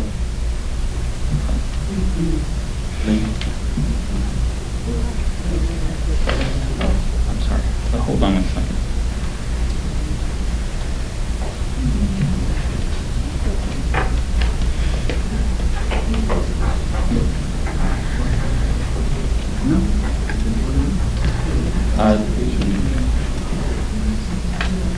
The question about taxes taxes being high in Rockaway Township. Any resident who has the perception that taxes are high in Rockaway Township is correct. Historically, taxes in Rockaway Township have been high. That's something that I've been talking about for the past 5.5 years that I've been sitting on this council. Others on this council have also been talking about the same concerns. And our goal has been to minimize increases and to decrease taxes wherever possible. So if you've been to previous meetings earlier in the year, you've heard me say this before, and forgive me for trying to pull out a document here. I had mentioned, we had talked earlier in this meeting about the county rates being certified. We received a sheet this afternoon from our tax assessor, an email, the PDF file. I'm sure if you asked him for the same sheet that Council President Jednak held up at the meeting, he would be able to determine which sheet that is and provide you with a copy as well. It is the explanation of computed tax rates for Rockaway Township for 2018. I had previously asked for information for 17 as well for comparison, and I had seen some preliminary information that the tax assessor was kind enough to provide to me, but I don't have the completed, I don't have the final comparison. I can tell you, if you look at it, it has a table. On the left-hand side, it has various tax rates, starting with the county tax, the county library tax, which Morris County does not have, county health services tax, which Morris County does not have, a county open space tax, a district school tax, a regional school tax, a local school tax, which we don't have because we have the district school tax, a municipal open space tax, a municipal library tax, and at the bottom, municipal purpose tax. The three at the bottom are the ones that the governing body and the mayor generally focus on and have responsibility for. The open space tax and the library tax, I'll ask our CFO to confirm that those are set by formula by the state based on the value of the total value of all the property in the town. Is that correct? That's true for the library. The open space tax is set by a public referendum. And that was set years ago? Years ago. And I believe when we had our budget discussions, a number of council members, and perhaps I did as well, asked the question, is there any available money coming in through the open space tax? And I believe the answer that we received is that all the money coming in through the open space tax is currently committed to previous open space acquisitions. Not all of it, but a good portion of it is, yes. Okay. Not all of it. So then that leaves finally the municipal purpose tax, which is the rate that is applied to the value of your property for the services provided by the township. Is that accurate? I see the CFO nodding. I'm sorry, yes. Thank you. And so that is based on the budget and the budget process. And the budget process in our form of government, which you will find in the open municipal, optional municipal charter law, that process is that the administration, led by the mayor, assembles a budget. There's a state deadline by which the mayor has to transmit that budget, you could say his budget, to the council. The council then has a certain period of time and another statutory deadline set by the state, at which time the council must introduce the budget. And so all the work that the council does happens between the moment that the mayor produces the budget for the council and then that statutory deadline. Once it's been introduced, the budget is available for public inspection. Is that correct? I'm asking our CFO. Usually we put the budget on the website even before it's introduced. It's in its workbook form. So the administration that puts up, when they transmit it to the council, they have also put it up on the web so that the members of the public can see what the administration proposed to the council. And the council does its work, right? And then does an introduction. And what happens following the introduction of the budget by the council? Once it's introduced, that it gets transmitted onto what I refer to as the state form, and then that state form is put up on the website, submitted to the Division of Local Government Services, and then once adopted, we resubmit it onto the website and again with the division. And then there's another statutory deadline following that by which this governing body, the council, has to adopt the budget. Rough timeline is that the statutory deadlines are middle of January for the mayor to transmit the budget to the council, middle or late March for the council to introduce, and about a month later, middle to late April, for the council to adopt. And without fail, I'm sure for many years, the state has pushed the statutory deadlines out each year. So I think the deadlines I just gave you are what they usually end up being. The statute, if you look it up, may say it's earlier, and you would look it up in the local budget law if you were interested in seeing that. So that's the process. That's how the budget is assembled, prepared, assembled, provided to the council. If you've been coming to meetings for the past 5 years that I've been here, you've seen me year after year express my concern that the budget process of the governing body, the council, for the last 4 years, has been that the council president at that time has said, we've received the budget from the administration, we need to have a budget meeting. And they've scheduled it typically for about a week out, for Monday, 6 o'clock. And then they met for about an hour, said the budget was great, and then it scheduled it to be introduced at the next meeting. And the budget was introduced, passed, and then adopted a month later. And that was it. That was the public process that the council followed, and that's what I've said, and I would continue to say. That's why your taxes went up year after year, because the budget went up year after year, because there wasn't any significant effort by this governing body to review that budget. And I complained about it for 4 years, and now sitting in this role, I'm not allowed to complain about that anymore. Now I'm expected to do something about it, right? You expect me to do something about it. You expect all of us who are here to do something about it. But I had, as far as leading the council in scheduling, one of the things that we did at the beginning of this year is, in advance, we scheduled 5 budget meetings. In advance. So the first of those meetings, the first of the 5, was a month out, rather than a week out. We had a lot of bad weather this winter. The first meeting that we had, the building was closed due to weather by the mayor. The second meeting, the building was closed due to weather. But we were lucky enough to have the last 3 meetings. I believe across all 3 meetings, we spent about 13 or 14 hours. We were here past midnight on at least one of those occasions. This governing body spent more time reviewing the budget, the 300-page binder. We went through every single page at least once.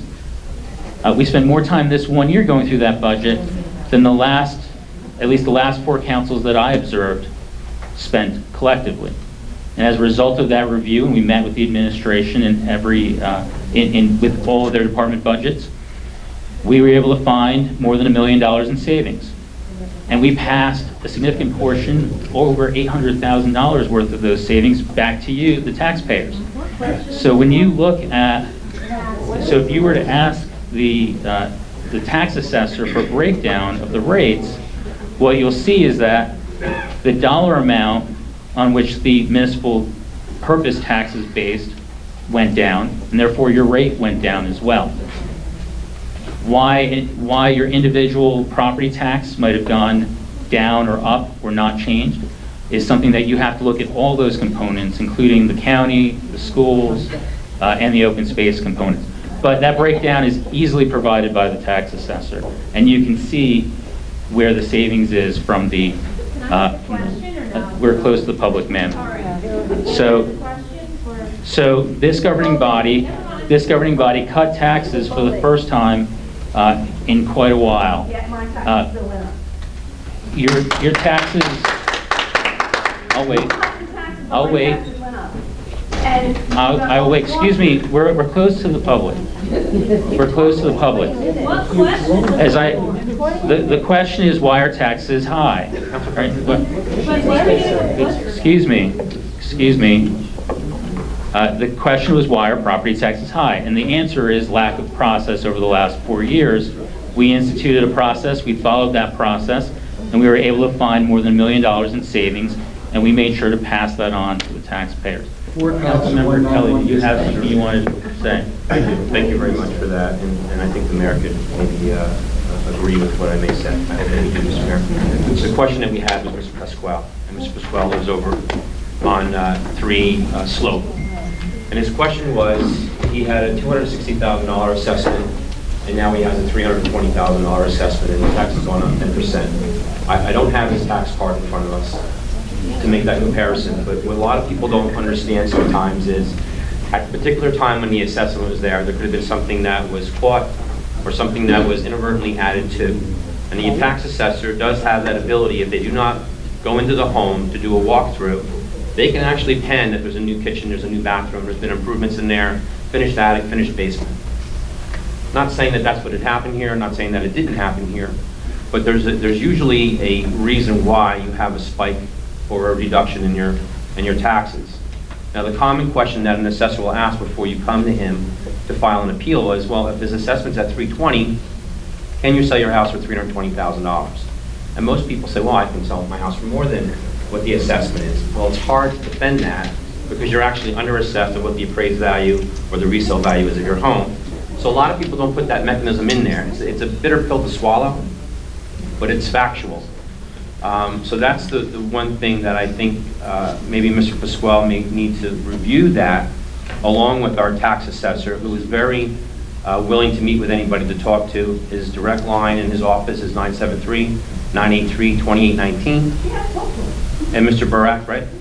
And if you had spoken to him, there are other components within your tax bill that you'll get an increase for. So your municipal portion may go down, which the governing body controls. But your regional, your local school and everything else, we don't control. So our regional, Mr. Mayor, went up 1.7 mil. Yeah, something. Right? And our local went up just under 900,000. 878,000. And it's almost a mirror image of what we reduced in our budget of the 892. So what I think the council president was trying to say with the administration and with our council here, we were trying to do what we could and what we can only govern, which was reduce our budget. And unfortunately, I don't know the circumstances of the local school or the regional or the county went up, I believe, Mrs. Palmieri, $670,000? 170. Right, so with all those numbers that you start seeing, rather than focus the blame on your municipality, which I believe the municipality did their due diligence in trying to reduce that threshold or that tax bill on our end, which we can control. But the other things that do increase and spike up your assessment and your value are the other agencies that we can't control. So just keep in mind that there are other components that affect your tax bill, going up in this case, or even going down. And Councilman Stewart, that brings it up too, Excuse me, right? we're close to the public. Yeah. We're close to the And public. unfortunately, that we did do our due diligence to reduce that amount, and I'm sure that the other agencies did the same, but it was unfortunate their numbers went up. And those are the individuals, maybe perhaps you can ask why their portion went up as opposed to the municipal portion going down. That's all I have to say. So just to clarify the other agencies that Mr. Kelly, Councilman Kelly was referring to, you have the county, you have the regional school district, you have the local school district, and the last piece is the municipality, which we discussed, and as we said, we lowered that.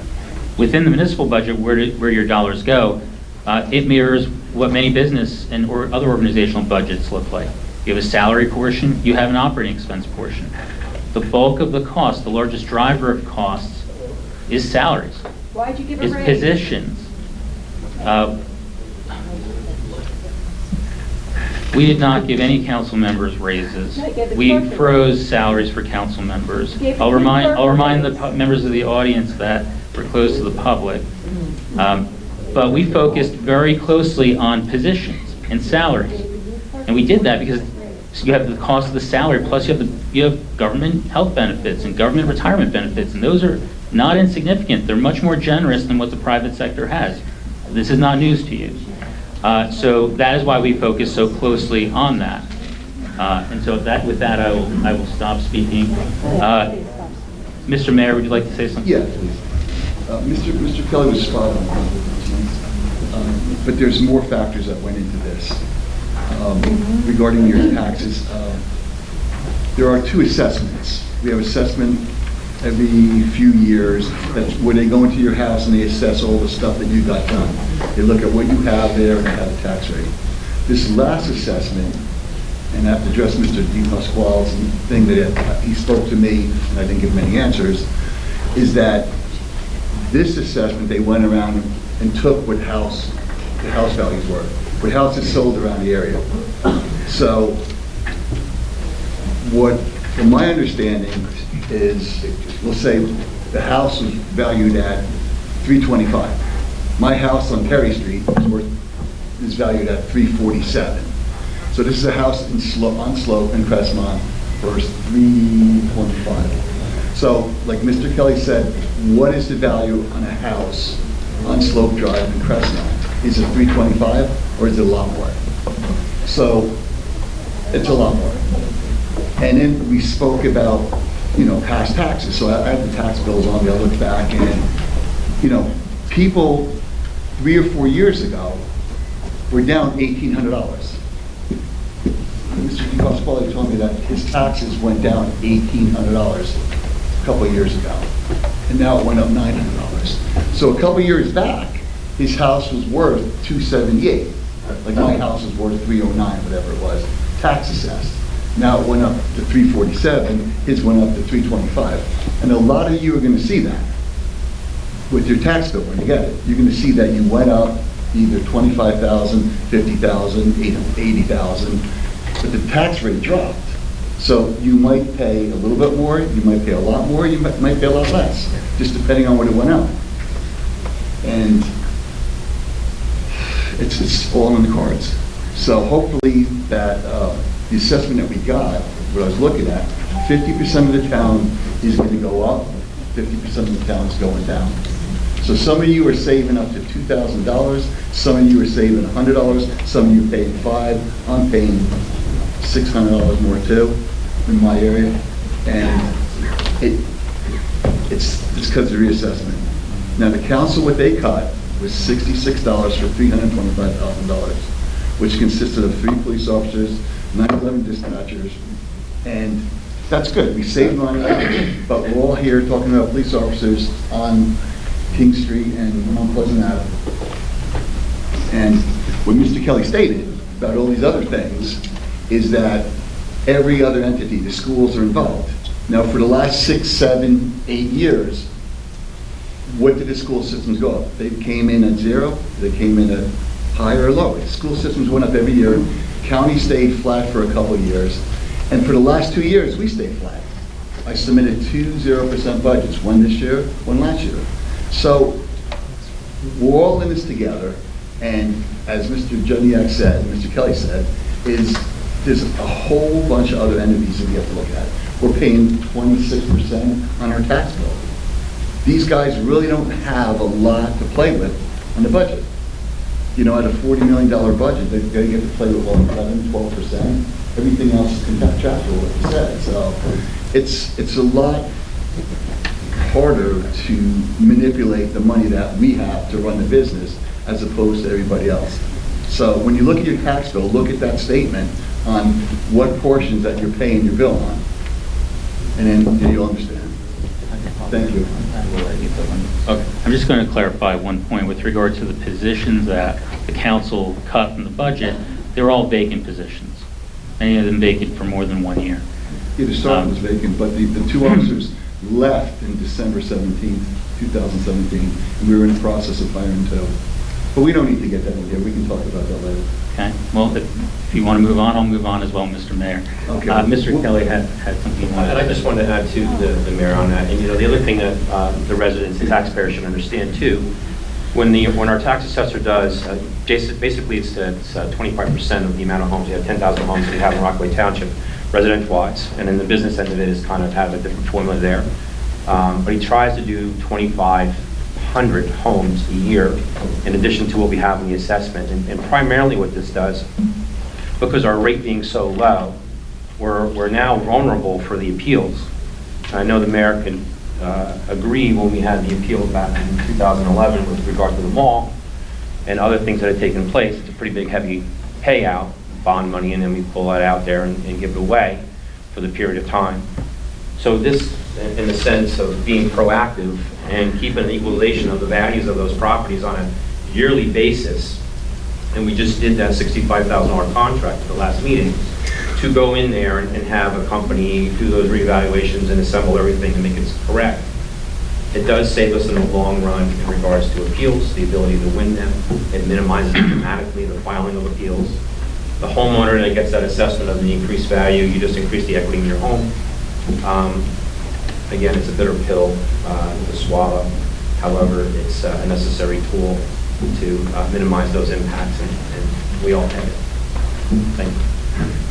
Thank you, Mr. Kelly.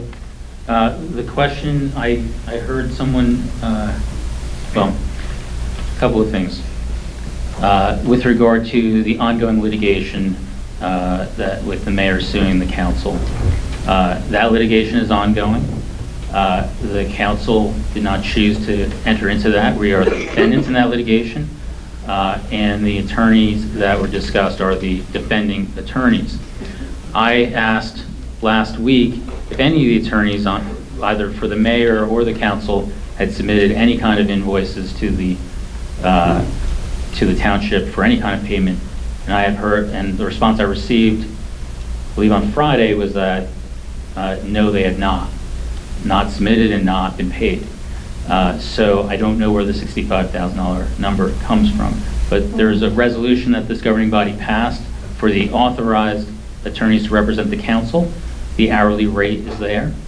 The mayor's attorney that he is using, that agreement is operable, so you can see the rate that his attorney is charging, and you can compare the difference. The question was... So, excuse me, we're closed to the public. We're closed to the public. We're closed to the public. Closed to the public. We're closed to the public, sir. Please be respectful. We are closed to the public. You're not addressing the question? We've addressed many of the questions that... So please, we are closed to the public, and we will be consistent in applying that rule.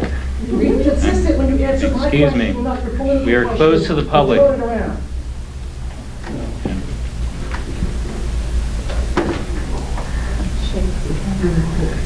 We'll move on to item number 11, presentations. Item A. What about Lisa Sal Berg's questions? You did not address Lisa Sal Berg's questions. We're closed to the public. You did not We're closed to the public. You did not answer We are closed to the public. Please. Stop. We are moving on to item number 11, presentations. We are moving up. We are moving on. Mr. Mayor, excuse me. Answer the woman's question. Excuse me, Mr. Mayor. Mr. Mayor. Yes, sir. You will have an opportunity later on if you'd like to discuss Mr. Whitting's. So we are on item number 11, presentation. Okay. Item A. Excuse me. Say no comment to her question. Okay, we are on item number 11, presentations A. Presentation by the Vericia Company regarding their vision for 2 Green Pond Road. They have a laptop set up as well as a screen.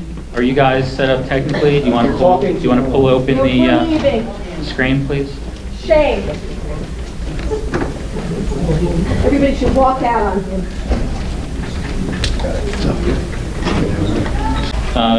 There's a request for recess. We will recess for 5 minutes.